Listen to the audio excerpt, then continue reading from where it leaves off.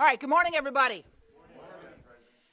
I am very grateful to be here this morning. I'm joined by colleagues as we announce the release of our report outlining our vaccine equity strategy. Let me begin by acknowledging Commissioner Bill Lowry, CEO of our health and hospital system, Israel Rocha, Dr. Rachel Rubin and Dr. Kiran Joshi, who are co-leads of the Cook County Department of Public Health. Did I miss anybody? I think I got everybody. Thank you, Israel. All right. This has been an extraordinary year, but we're beginning to see the light at the end of the tunnel. Much has been said about the racial disparities that Cook County residents face. Across the south and the west sides of our county, Black and Latinx residents have gotten sick and succumbed to COVID-19 at alarming rates, and much higher rates than our white residents. These healthcare disparities exist as a result of racist government policies and the lack of access to health care, among other factors. I've been proud of our work as County Board President and with our Board of Commissioners to try to expand access to health care to residents of Cook County over the past decade. But clearly there's a lot more that needs to be done. Until we have universal health care and charity care is no longer necessary, Cook County Health will continue to bear the burden of treating most of the uninsured and underinsured in Cook County. So I always point out that we have 68 hospitals in Cook County, 68, and our two hospitals, this hospital, Provident and Stroger, provide more than half, it's about 51, 52%, of the charity care delivered by hospitals in our county. So our two hospitals out of 68 deliver more than half of the charity care in Cook County. Until we have a level playing field, investing equitably in communities devastated by the war on drugs, hyper-policing, disinvestment, and environmental racism, Black and Latinx residents will continue to bear the heaviest burden in this and any future crisis. In a county with the dubious distinction of having the largest lifespan gap in the country, I'm going to say that again. Our county has the distinction, the dubious distinction of having the largest lifespan gap in the country. I'm incredibly grateful to our leaders at Cook County Department of Public Health and Cook County Health and Hospital Systems. Let me just point out, so in Englewood, which is a little bit to the south and west of here, the lifespan is 60 years, life expectancy is 60 years. But in the near north side of Chicago, Streeterville, the life expectancy is 90 years. That's a 30-year gap in life expectancy within our city alone.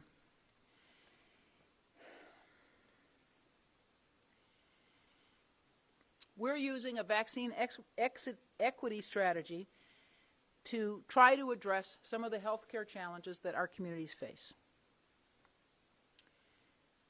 We need dedicated, outspoken leaders to draw attention to these disparities, and more importantly, we need to act. We need to close the gap. We need to ensure that Latinx and Black residents receive the vaccine, and that means, in large part, meeting people where they are, reducing barriers, and listening to what communities need. We have surveyed residents, we listened to our community-based organizations, we listened to our partners who told us what they needed, and this is what we're working diligently to supply.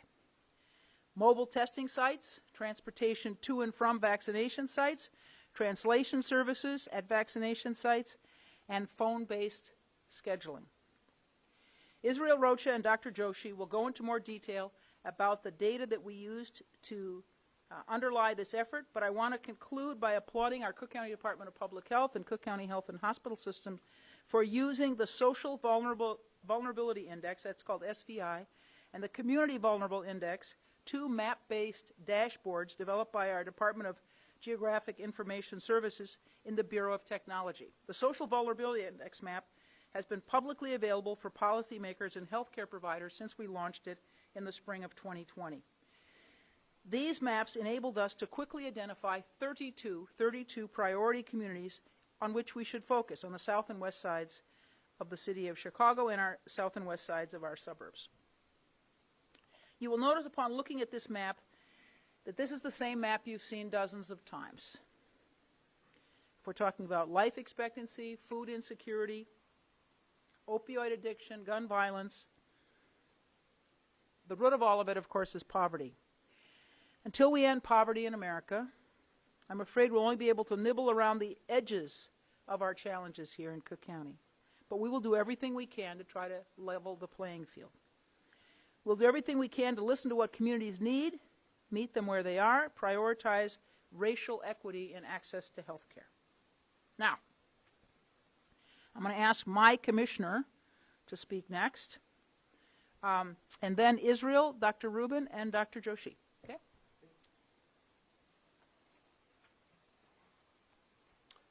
President Preckwinkle, thank you. And to all of you, welcome to the 3rd District. You know, as I stand before you today, I'm very excited because while this pandemic continues, those of us who are 16 and older are now eligible to get the vaccine. And it is through the vaccine that we will once and for all get our arms around this pandemic. It is through the vaccine that we will find our way away from COVID, away from this horrific virus. And that is why I came right here to Providence on March 30th to get my first shot, my first Pfizer shot. And I want to share with all in the community that the process is really quite simple. The entire process took about 30 minutes, and that included registration, the way you register anytime you get medical treatment. And that also included 15 minutes following the receipt of the vaccine for observation. And it was so turnkey that as I was being prepared for my first shot, and I was talking to others in the room, the next thing I knew, the Band-Aid was being applied. I had been given the vaccine without realizing that I was being given the vaccine.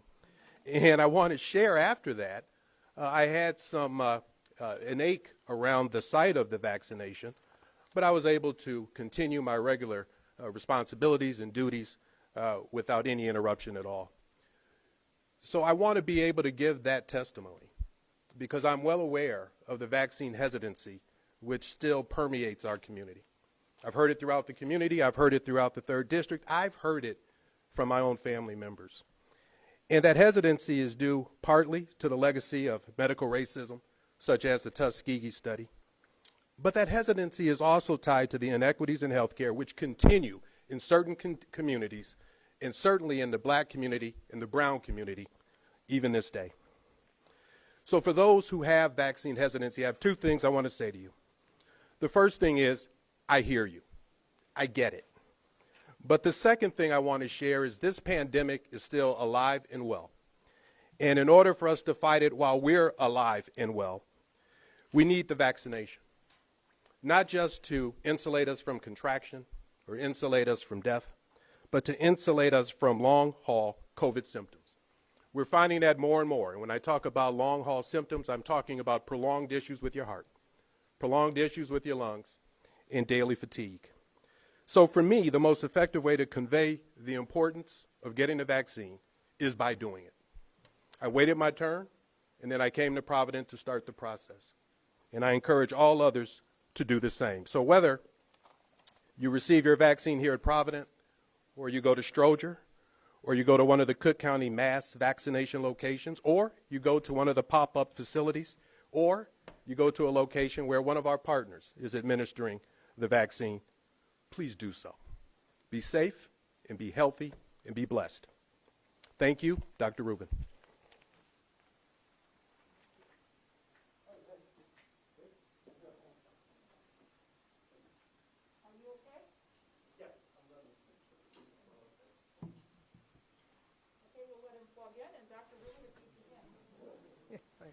Absolutely. Thank you and good morning. Thank you, President Preckwinkle, Commissioner Lowry. And I wanted to update people today about the Johnson & Johnson vaccine. We anticipate hearing from the CDC and the FDA later this week that the vaccine will be put back into use, but probably with some restrictions and certainly a warning about the potential for the very rare complication of blood clots. Many people are asking for the Johnson & Johnson vaccine, one-dose vaccine, and we will continue to offer it once it is approved for use again. Our new case numbers are continuing to be high, but it looks like we are leveling off with the daily numbers and our positivity rate. So that's good news. But we need to remain vigilant and have all three vaccines, and having all three vaccines available allows greater numbers of people to be vaccinated. We are offering many different ways of getting vaccine, including our mass sites, our targeted community sites that are restricted to certain populations, such as the education sector and essential workers, as well as our homebound program where we are reaching individuals who are unable to come out and get vaccinated. Our mobile vaccination operation is in full swing with over 200 events in the pipeline, including ones that we do directly with our Cook County Department of Public Health and Cook County Health System, as well as working with hundreds of partners that we have developed throughout the suburban Cook County area. Our mobile vaccination operation is especially being set up to target the 32 most vulnerable communities in suburban Cook County. So now I'd like to turn the podium over to my partner, Dr. Kiran Joshi, who will address our equity plan and strategies towards reaching the most vulnerable and underserved in our communities.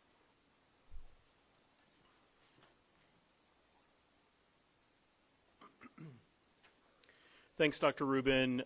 Thank you, President Preckwinkle. Thank you, Commissioner Lowry. And thank you, Mr. Rocha, for being here today and for your continued support for health equity. As per Madam President's comments, COVID-19 has laid bare the inequities that we have long known are rooted in historical racism, injustice, and discrimination. Addressing these societal problems is going to require strong leadership, and I'm very thankful to all of you for providing that. The COVID-19 pandemic is the most significant public health challenge of our lifetimes.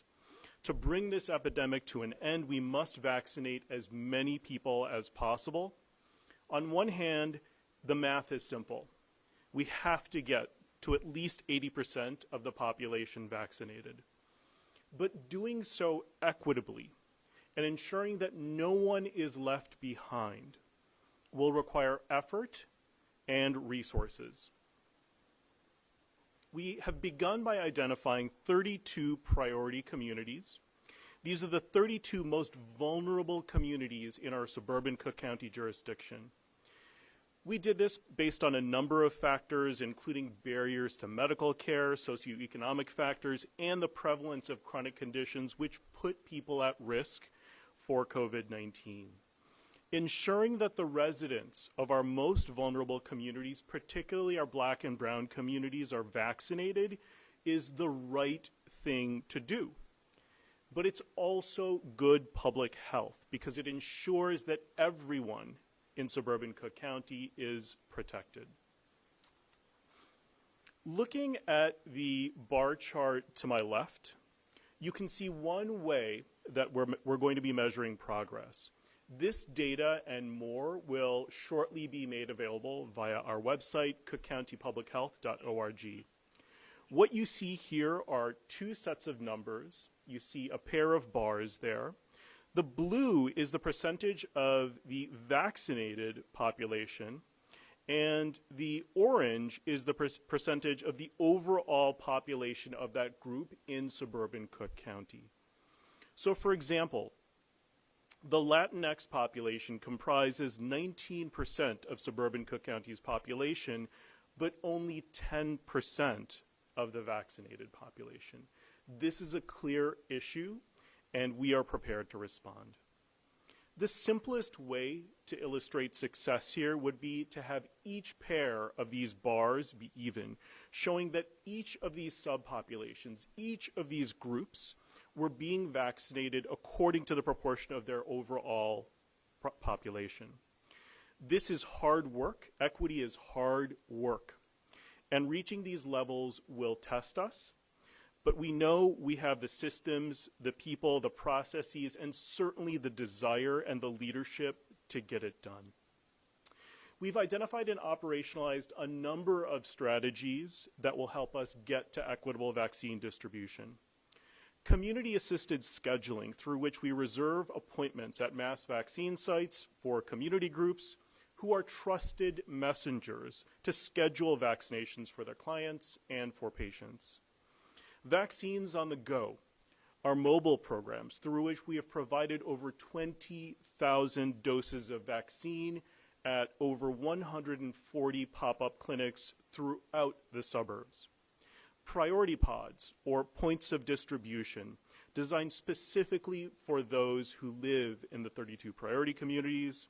These last a bit longer than the mobile or pop-ups that I just mentioned. Mr. Rocha will speak to other ways that we're looking to advance health equity at our mass vaccines sites shortly. During the course of our vaccination program, we've launched a number of vaccine sites across the suburbs. I've always been struck at these events when I paid a visit to them, how the socially distanced crowds were a cross-section of suburban Cook County residents. This beautiful diversity illustrates that we're all in this together and that we must work together to bring this pandemic to an end. Thank you. Mr. Rocha.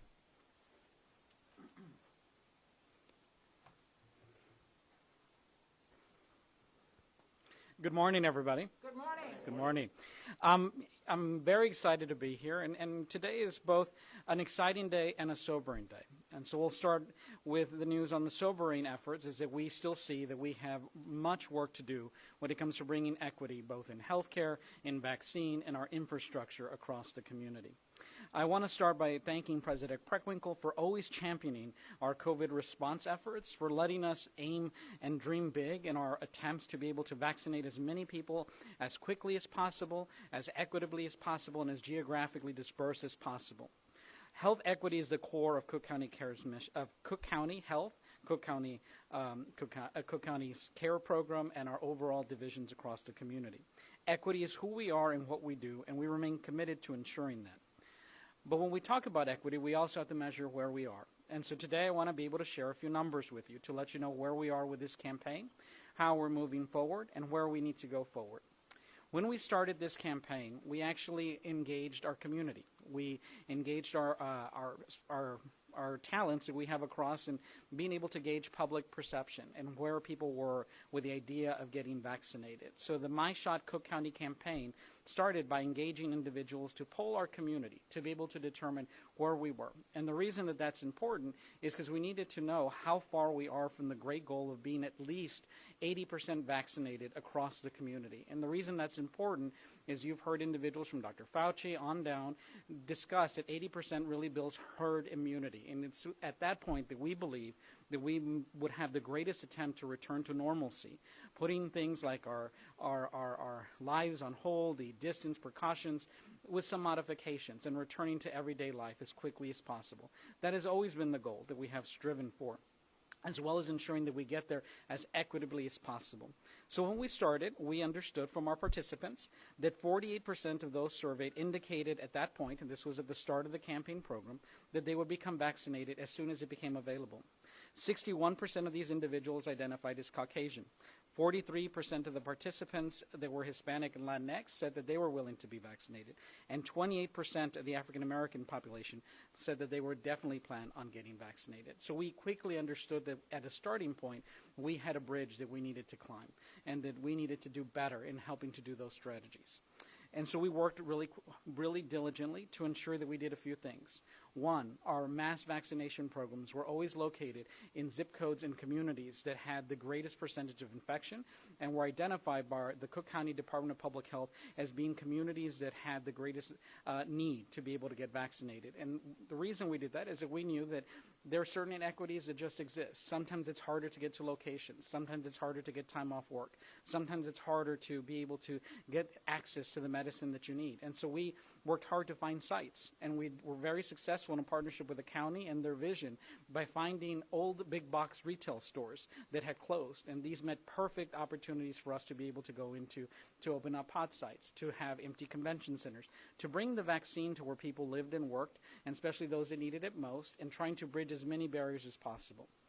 However, when we got started, we knew that there was a large pent-up demand of individuals who wanted to get vaccinated. And we couldn't just say that we were open for everyone immediately to come in because we would run out of vaccine. People would wait long distances. And when infection rates were still high, we would put people at risk. So Cook County, as well as all communities across the state and all mass vaccine centers, were getting started with a website registration program. Cook County was one of the first areas in the country to open mass vaccination pods to be able to help people get vaccinated. And it was one of our first strategies, along with doing pop-up sites. And you heard Dr. Joshi talk about equity strategies. And so today, we're very happy to share some exciting news. So I'm going to give you a few numbers to let you know where we are. And I think that it's truly exciting, in especially recognition that we've been at this probably a little over 80 days. We opened our first site on January 26th. And so in a very short time, 80 days, we have been able to get started, move forward as quickly as possible, and have some great success in helping to bring vaccine to the community here in Cook County. So we'll start with the first number that I want to share, and that we are now over 20% of our population, and that's everyone, including those that are eligible and not eligible at this current time, 20% have been fully vaccinated. That is a huge accomplishment. So that means that 1 in 5 individuals who live here are fully vaccinated. When we look at individuals who have received 1 dose, this is of everybody, the general population, we're just short of 40%. And so that means more than 1 in 3 individuals have been at least vaccinated with 1 dose of the COVID vaccine. And the greatest number that is a great success to us is when we extract those that are not eligible. Those are individuals under the age of 16. And we look at what percentage of the population has been vaccinated that is eligible to receive the vaccination. That number climbs to over 51% here in Cook County. That means that 1 in 2 of all eligible residents who have been able to be vaccinated have received at least 1 vaccine. So, Madam President and Commissioner, thank you for everything that you're doing. That is a great, great accomplishment. However, our work now from this point forward gets harder. What we know is that individuals, sort of when a new cell phone is released or when a new restaurant opens, and we see this just the same with the vaccine. There's always a group of individuals that want to be able to do it first and want to be able to get it done immediately, now more than ever, because we recognize what getting the vaccine means, that you increase your ability to save your life. And that is really what is the most sobering and important part that we recognize. So that we, in 80 days, have gone to 1 in 2 of eligible individuals being able to be vaccinated. That is a tremendous feat. But now we're at 50%, and we know that this next 50% that we need to get to becomes harder, because these are the individuals that all of us will have to engage in bridging equity and getting vaccine, because this is going to have to now go into the Hearts and Minds campaign.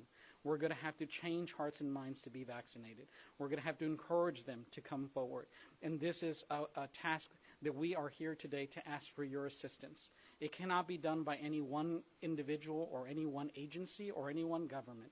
It's going to take all of us working in coordination and in concert to be able to convince individuals to read the science, to understand the data, and to make that decision for them and for their family to get vaccinated. It gets harder from this point forward. And so what we're going to be doing is today we're happy to announce one exciting pilot. So as we said, we were one of the first in the country to open a mass vaccine center, to create a website where you could find out what phase you were in, how you could get registered, how you could be able to get a vaccine. We created a hotline. And every time, in every step, we try to remove a barrier that is creating separation between people and the vaccine. Because we have been so successful, and as we've seen from our data, from our statistics, that we're now at about 50% of eligible residents have at least had 1 vaccine, and then that means automatically that they are scheduled to get a 2nd vaccine, so that's just a matter of time. The next percentage gets a little harder, and so we've been monitoring very carefully our vaccine supply, our uptake, our appointments, and we have been ready for this moment, and we're happy to be here. So what we're going to do is, starting today, at our Matheson site and our Tinley Park site, we are going to pilot for the remainder of this week having open access clinics. That means that people will just be able to walk in and get vaccinated. We're going to see how this moves forward. This removes one bridge, which was the use of technology, that separated individuals from being able to get vaccinated.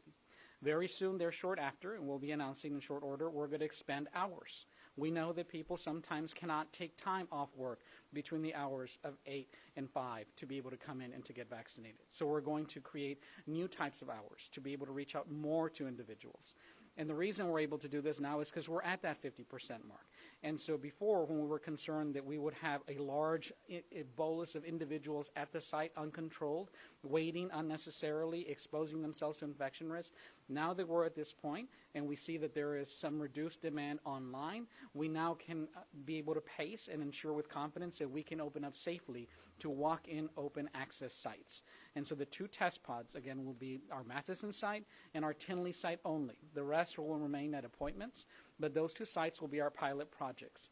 And that is pretty much what we do. When you saw how we opened up our equity pod, you saw that we opened up at one place and we replicated. When we started our mass vaccine pods, we created one at Tinley. When it worked, we replicated, and now we're up to 6. And when we started with a few hundred vaccines a day, we now, for the last 5 days, have consistently given over 14,000 doses a day on vaccination and making our effort to continue to aggressively vaccinate Cook County as quickly, as efficiently, and as equitably as possible. And so today is a great day for us to say that we're now entering the next phase. And that means that we've been incredibly successful and efficient in a short amount of time to be able to move forward. When we look at per capita basis, and that we're at 50% of eligible population, that puts Cook County as one of the highest performing counties in the state and in the country in getting vaccine. And when you look at our size, and you look at the complexities that we have in our county, both by geography, by work, by just community, and all the things that we need to do, that is a tremendous accomplishment, and all of our partners deserve to be congratulated, because it's not just one organization or one area. There are our Cook County Department of Public Health, our team, the vision and leadership of our president and our commissioners. We have been able to far reach and bring in many providers, well over north of I would say over 250 providers that we've worked directly, and countless more that are working to vaccinate across both the city and the county have been able to reach this great success. And so we're very excited to be here. We know that this will continue to move forward.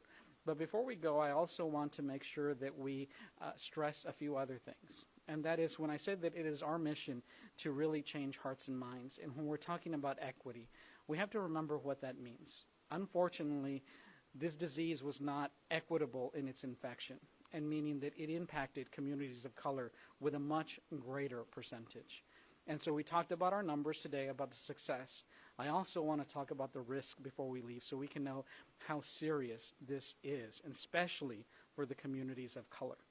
Communities of color are 3 times more likely to get infected. Communities of color are twice as likely to succumb to death because of COVID-19. Again, I would say that again, 3 times as likely to get infected, twice as likely to die. Those are the statistics that we're talking about. So when we talk about this next phase, I ask everyone, with every effort that I have, to please talk to your individuals. The work starts with you. We need you to call your friends, to call your families, to encourage your colleagues. For those of you that have been vaccinated, you are the living example for many people who you may not even know you're serving an example to, that it is safe to get the vaccine. We hear every day that there are some complications. You might get a pain in the arm.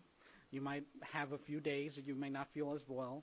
But no statistic and no number says that anywhere within the vicinity that the risk of getting the vaccination are anywhere equivalent to the risk of getting COVID. We know that that is substantially graver.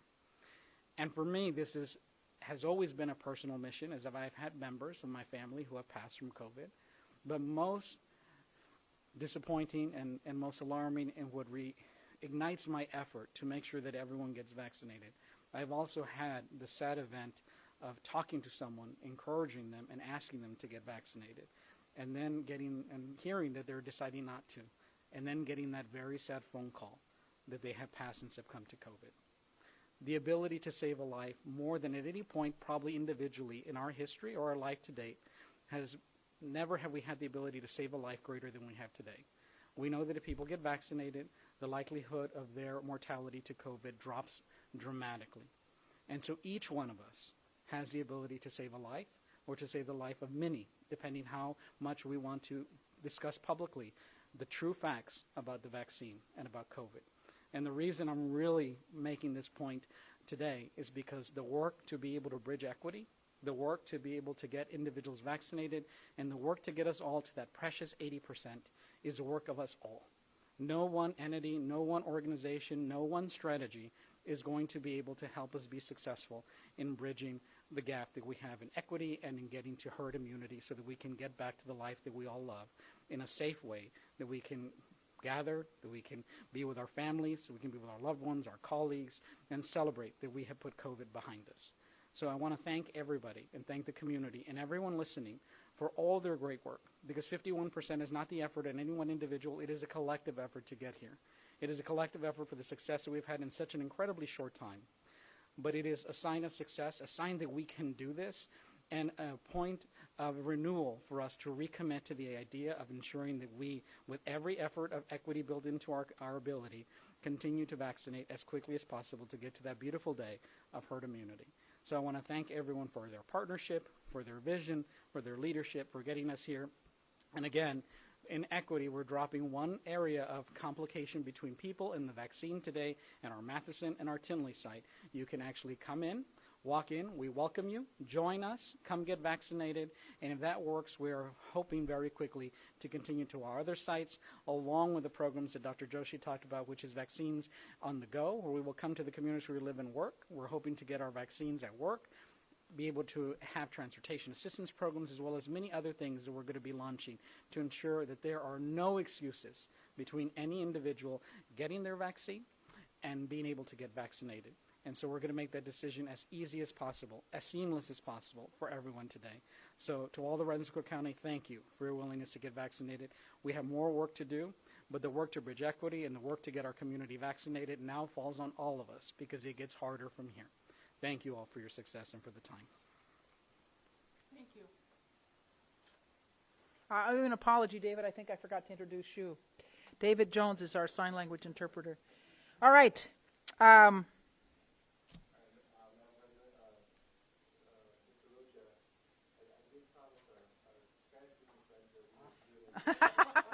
wait to the end. I can do it now. Let's take Q&A first. All right. Okay, let's see here. We've got, they're already on the line. Let's start off with the Tribune. We have Alice from the Tribune. Alice.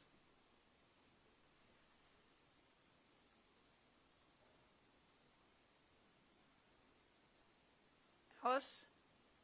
All right, we've got, Hello? Yes. Alice? What are the numbers on equity at mass vaccination sites? Are they better or worse in the county overall? All right, the question is, are the equity numbers better or worse at mass vaccination sites than they are at the county overall? Who wants to try to answer that? I can answer that. All right, Israel. I can definitely share. So we've been working very closely with Dr. Joshi and Dr. Rubin. They're about the same. So sometimes they average a little bit more, a little bit better, but on par our mass vaccine center, especially as we've been ramping up and having more and more locations open, rank about the same as all the different distribution centers that we have. All right, Alice, do you have any more questions? How was demand for mass vaccination appointments during the latest sign-up, which I saw yesterday? How long did it take for appointments to fill up? What was the demand for vaccinations yesterday as we opened up appointments? Do you know that, Dr. Rubin?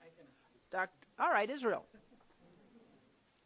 So that's really what we talked about today, about being able to open up to appointments. We've been using demand from our site to really track how many people we have pent up that want to get the vaccine and how we can convert it and pivot to different strategies. So yesterday, we saw a little bit longer to be able to fill the vaccine, which was what the emphasis to us to be able to say we're now ready to move into walk-in sites. When that was really going, when we opened this up, they would go within 5-10 minutes. We saw that grow over the last few weeks from minutes to maybe an hour or two to fill it up.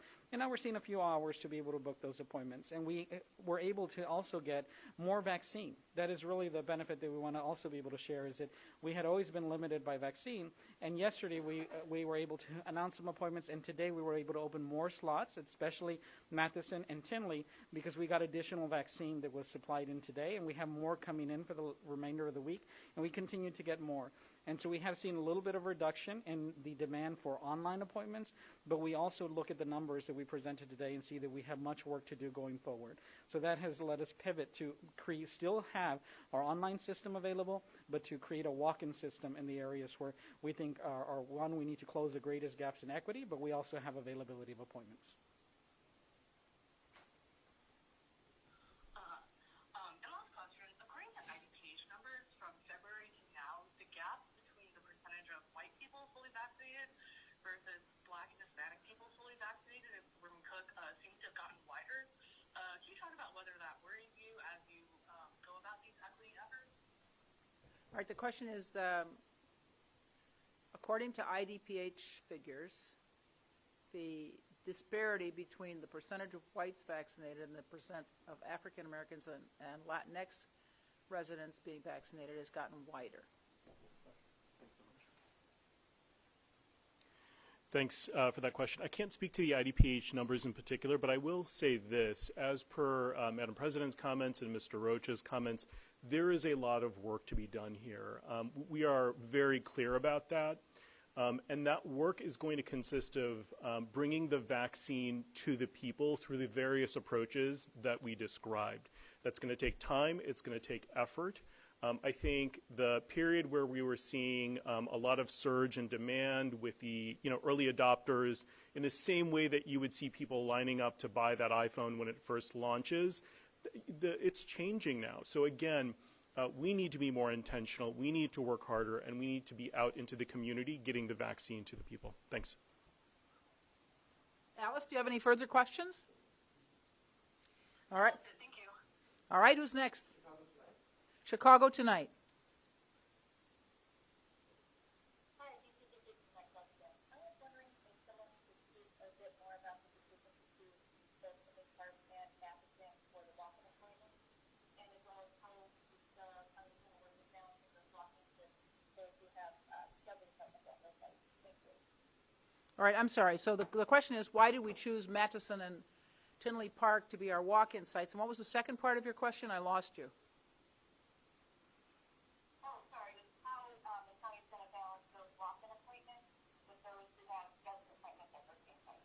All right. So why did we choose Matheson, and Tinley Park, and how are we going to balance out the people who had appointments and the people who walk in? Aye.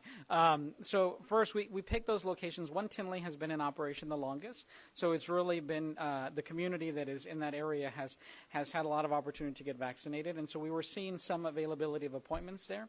Matheson is new, and so when we look at both of our locations, a percentage of their efforts are given to first vaccinations. It's then an additional amount of vaccines are for second doses that need to be given. Matheson doesn't have the second dose load right now because we just opened it up, so it has primarily first dose.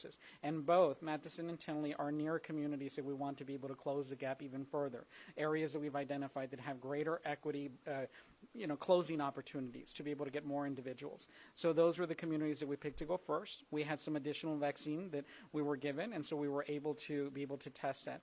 On balancing between appointments and availability of vaccine, again, we were able to increase the number of available slots to make sure that we could fill that. We're going to be monitoring every hour, and then we're going to be working with the community to let them know when they arrive so nobody has to wait needlessly to be able to look at the flow of the vaccine product, the flow between individuals who have appointments and who don't, and then we'll also create expedited processes for both, for people who are walking in and people who are there to get their scheduled appointment to make sure that everyone is moving as efficiently as possible in both sites. All right, WTTW, do you have any further questions? No, thank you.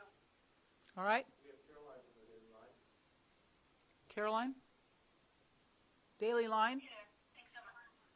Yeah, good morning. Good morning. I've got two questions.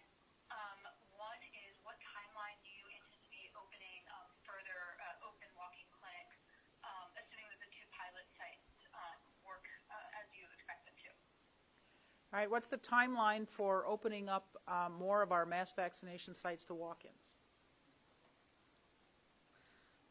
So as we said, the pilot is for this week through Saturday. We're going to look at the numbers. We're going to see how it went, and then we're going to quickly determine how quickly we can expand that to our different pods.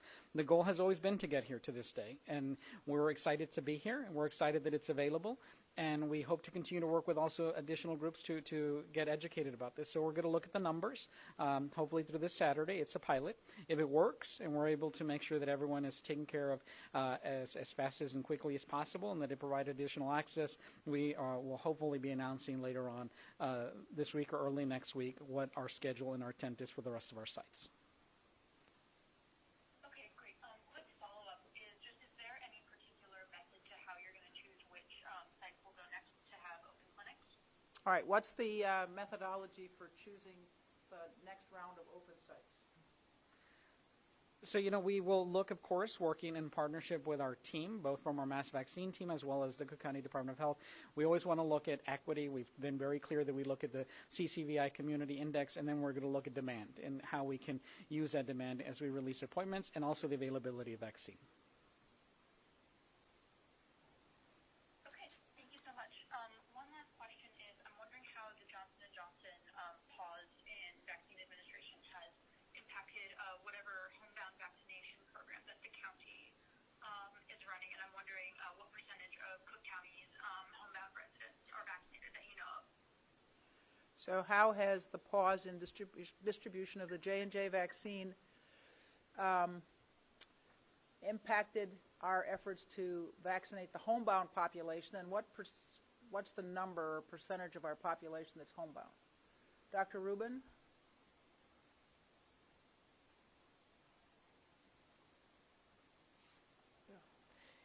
When the J&J vaccine first became available, we were indeed prioritizing it for our homebound program as well as other programs where they were pop-up sites. So it would be a one-time pop-up, so we wouldn't have to then set it up a second time. And so we were prioritizing the J&J vaccine for those purposes. We've been able, luckily, to work with most of our partners that have been delivering the homebound vaccine to individuals in their homes, obviously.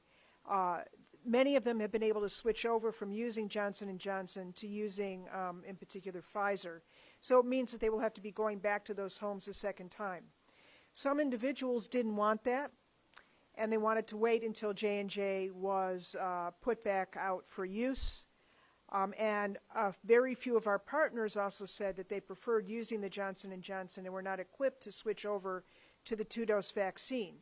But that was really a very small percentage. So our homebound program has continued to move forward throughout this last week without the Johnson & Johnson. But of course, once we get that back, that will further accelerate that program. We have right now to date vaccinated over 600 homebound individuals throughout suburban Cook County. I don't know the actual number of people that are homebound. I'm not sure that those numbers are even collected in a organized fashion. So unfortunately, I cannot comment on that universe of people. But we have a system where individuals can sign up.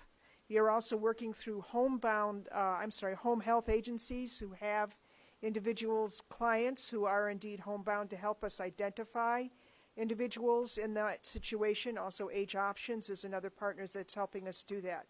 But if individuals want to sign up, they or a family member or a friend can go to the vaccine.cookcountyil.gov, and there is a box at the top for people to click on and to sign up for homebound vaccine, and we will review that application to make sure that indeed that individual is homebound and cannot go elsewhere for a vaccine, and then we will arrange with one of our partners to get the vaccine scheduled. Okay, thanks so much. All right, do we have anybody else in the line? Marnie? Hi, how are you? Good, thank you. I wanted to ask, how, just to clarify, so there are going to be the Madison and the Tinley Park mass vaccination sites will open up for walk-ins as a pilot project now. Is that correct? And how does it work? People just show up? Sure, absolutely. Open access means open access. Come on down. And so how it works is we still have some scheduled appointments, and so we'll have a process for those scheduled appointments to be seen. And you know, they'll be a little bit longer, I'll be honest, to be a walk-up, because we'll have to get your information and get you registered. Individuals on site are able to bypass some of those registrations. So that's still the benefit. And for individuals who are really concerned about timing, we encourage you. Our site remains open, and you can still book those appointments. So that does cut down some of your wait time. But for individuals who, and we've always known that technology is a barrier, and so we're very happy to be here at this point where we now have an ability to be able to bring this forward safely. And so open access just means that. Come on down, we'll register you, we'll give you the information, we'll educate you, and we want everyone who's listening to join us, and we'll pace that. And as we said, we're going to be pacing by hour, we're going to have controls to make sure we can do it safely, and that we have the vaccine product on hand. If for any reason that we run out or run short, we will let you know, and so you don't have to wait needlessly. And so we will always be doing that. And so we encourage everyone, this is a great opportunity. If you've been hesitant to use technology, now's the time. Just come on to our Matheson and Tinley locations, and we're happy to serve you.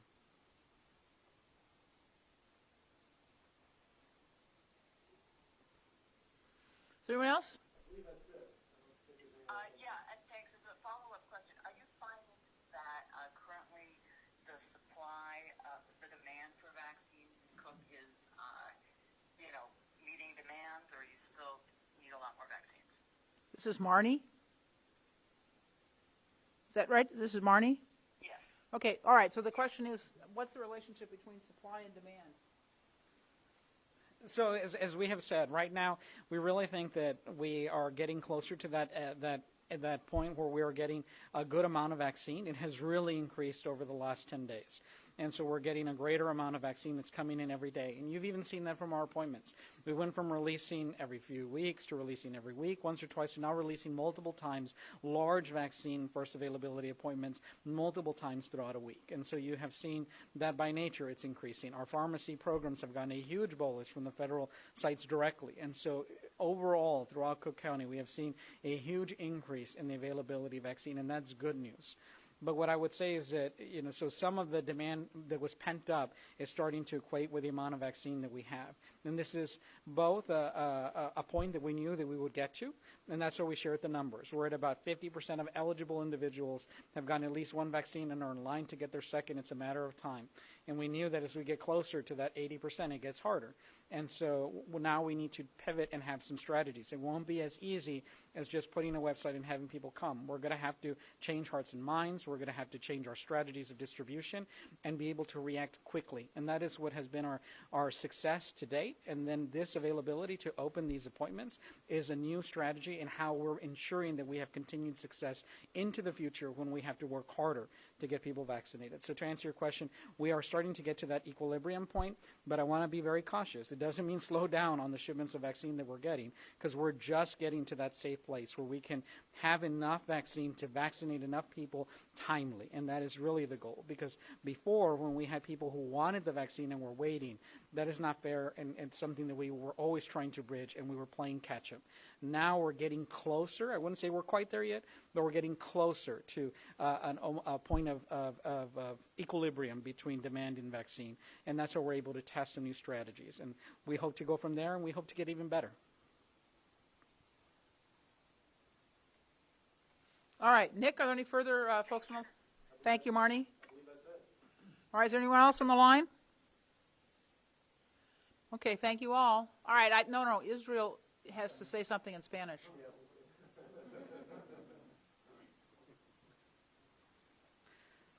Buen día, estoy muy orgulloso de estar aquí este día para discutir con nuestro programa de vacuna contra COVID-19. Estamos muy orgullosos para poder discutir que hoy la mitad del % de las personas que que pueden recibir la vacuna han recibido la primera dosis de la vacuna, y es un día muy especial. Y hemos trabajado muy duro para poder cerrar la distancia en la % de nuestra comunidad que quiere recibir la vacuna y el % que todavía no han sido nuestra decisión para poder agarrar la vacuna. Pero ese día es un día que aquí en en asociación con nuestro Departamento de la Salud Público, estamos aquí para discutir cómo nuestra comunidad puede trabajar para poder asegurar la vacuna para toda nuestra comunidad. Y para todos los que están oyendo, quiero discutir unos puntos para poder dar ánimo y para poder poner cada esfuerzo que tenemos para poder ganar todos que pueden ganar la vacuna, que reciben la vacuna sobre COVID. Comunidades de color tienen 3 veces la chance de poder ganar infectado con COVID-19. Las comunidades de color tienen 2 veces el % para poder morir de COVID-19. Y eso es muy importante en este momento, que trabajamos como hermanos y hermanas, como una comunidad, para poder hablar con todos que no han recibido la vacuna, que agarren la información, que vengan a nuestros lugares y para poder agarrar la vacuna. Y también aquí estamos muy orgullosos para poder decir que en muchos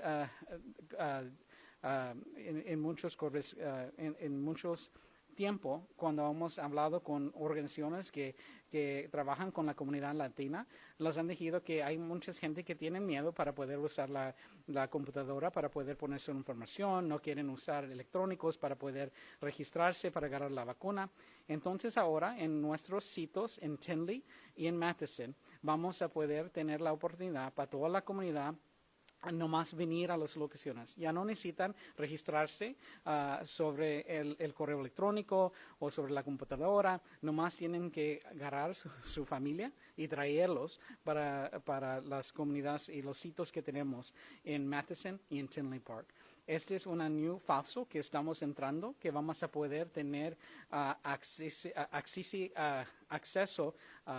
acceso abierto para toda la comunidad para poder agarrar la vacuna. Eso es la posición más importante que puedo decir, que ahora en Matheson y en Tinley tenemos acceso abierto a la comunidad, que nomás tienen que venir. No tienen que agarrar una cita sobre la computadora o el correo electrónico o tienen que llamar. Nomás tienen que traer su familia y todas las personas que son elige para poder ganar la vacunación, para poder ganar la vacuna.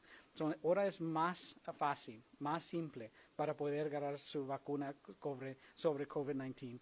Y con cada poder que yo tengo, les ruego, por favor, agarren la información, la decisión que hacen para ustedes, para su familia, sobre la decisión para poder ganar la vacuna.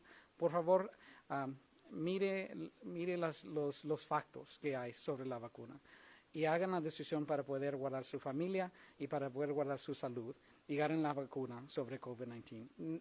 Ahora, por este momento y los momentos en el futuro, es más difícil para poder ganar la comunidad que todavía no ha sido esa decisión. Vamos a tener que luchar más para poder ganar la información en sus manos, para poder discutir la importancia de esta vacuna y para traer esta comunidad para poder ganar su vacuna para su familia. Tenemos que trabajar juntos. Gracias. Los 2 lugares. Los 2 lugares a ser Matheson y Tinley Park. Y vamos a estar de las 8 de la mañana hasta las 5 de la tarde. Y es que hacer un piloto para esta semana. Y de este día hasta sábado van a estar abiertos. De las 8 de la mañana hasta las 5 de la tarde. Y hacer un piloto. Y si cosas van bien, entonces vamos a estar anunciando otros lugares que pueden ganar esto, open acceso para la vacuna. Gracias.